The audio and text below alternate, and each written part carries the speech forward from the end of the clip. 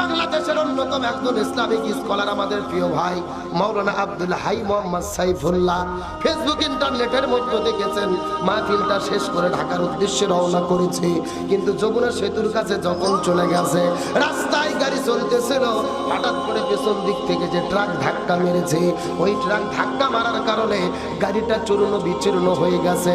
ওই প্রাইভেট কারের সামনেও ভেঙে গেছে, পেছনেও ভেঙে গেছে, পুরো গাড়িটা ভেঙে চুরমার হয়ে গেছে। বাইরে থেকে দেখার কোনো বুদ্ধি নাই, ভেতরে মানুষ বেঁচে থাকবে বিশ্বাস করা যায় না, কিন্তু আল্লাহর কি খেলা, আল্লাহর কি ফয়সালা, পুরো গাড়ি ভেঙে চুরমার হয়ে গেছে। কিন্তু আল্লাহ গাড়ির ভেতরে আব্দুল হাই মোহাম্মদ সাইফুল্লাহ ভাই এবং তার ড্রাইভারকে আল্লাহ তাআলা হেফাজত করেছে। লিল্লাহি তাকবীর। আমাদের এলাকার মধ্যে একটা কথা আছে, রাখে আল্লাহ মারে।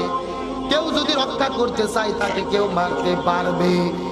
আব্দুল হাই মোহাম্মদ সাইফুল্লাহর ভিডিওটা দেখার পরে তাম পৃথিবীর মানুষেরা তাকে ভালোবাসে, তার জন্য হাত তুলে তুলে আল্লাহর কাছে দোয়া করতেছে। একটা মারাত্মক ইনজুরি হয়েছে, চোখের মধ্যে অপারেশন করা হয়েছে, অপারেশনটাও সাকসেসফুল হয়েছে। আমরা দোয়া করি আল্লাহ এই কোরআনের খাদেমকে আপনি পরিপূর্ণ সুস্থতা দান করেন। সকলে বলেন আমিন। বাংলাদেশের জনপ্রিয় একজন ইসলামিক স্কলার, তরুণদের আইডল আমার প্রিয় ভাই আব্দুল হাই মোহাম্মদ সাইফুল্লাহ, চমৎকার কথা তিনি বলেন। রাতের বেলা তিনি অ্যাক্সিডেন্ট করলেন, ঢাকায় ফেরার পথে পুরো গাড়ি চুরমার হয়ে গেছে। আল্লাহ তার কোনো ক্ষতি করেনি, সামান্য আঘাত লেগেছে, আল্লাহ তাকে হেফাজতে রেখেছে। আলহামদুলিল্লাহ করা চোখে আঘাত লেগেছে, অপারেশন করেছে। আমরা প্রিয় ভাইয়ের জন্য দোয়া করি আল্লাহ আমাদের প্রিয় মুফাসসিরকে আপনি সুস্থ করে দেন। সকলে বলেন আমিন। অতি দ্রুত কোরআনের ময়দানে ফেরার তৌফিক দেন, বলেন আমিন। আব্দুল হাই মোহাম্মদ সাইফুল্লাহ চেনেন না? চেনেন? সারা বাংলাদেশ ব্যাপী বেড়ায়।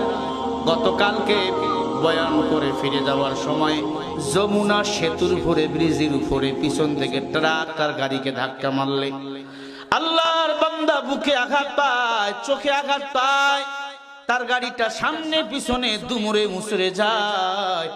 আল্লাহর বান্দাকে টাঙ্গাইল মেডিকেলে নেওয়া হলে ওখান থেকে আশঙ্কাজনক অবস্থায় অজ্ঞান ছিল, বেহুশ, হুশ নাই। আল্লাহর বান্দাকে দ্রুত ঢাকা মেডিকেলে নেওয়া হলো। সেখানে যাইয়া বিচক্ষণ কিছু ডাক্তার তাকে ট্রিটমেন্ট করলো। একটা চোখ এখনো ভালো আছে, আর একটা চোখে একটু কষ্ট পেয়েছে, ব্যথা পেয়েছে।